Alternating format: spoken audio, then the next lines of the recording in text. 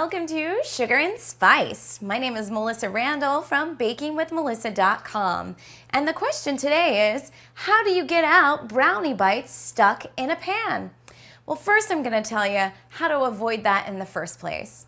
You can do one of two things.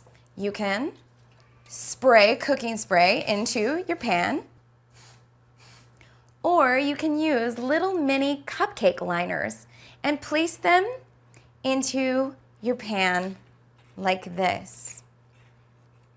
Then you fill up the cups with your brownie batter.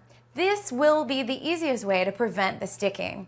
If you don't have the little mini liners, another option is take some parchment paper and trace the bottom of the cupcake pan to make little circles. Cut out the circles and place those down on the bottom of your pan.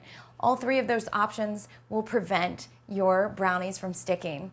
Now, what do you do if they are stuck? Well, the first thing you want to do is take a knife, a thin knife, and just work your brownie out around the edge. Then you should be able to loosen it up and pull it out.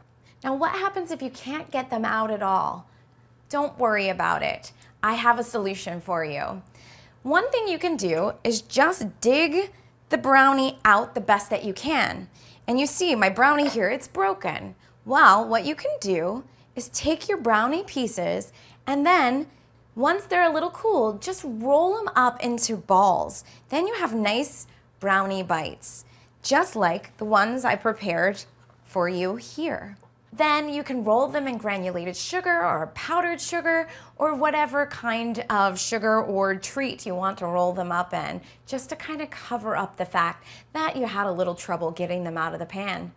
And those are my tips and tricks on how to get out brownie bites stuck in a pan. Thanks for joining me. My name is Melissa Randall from bakingwithmelissa.com.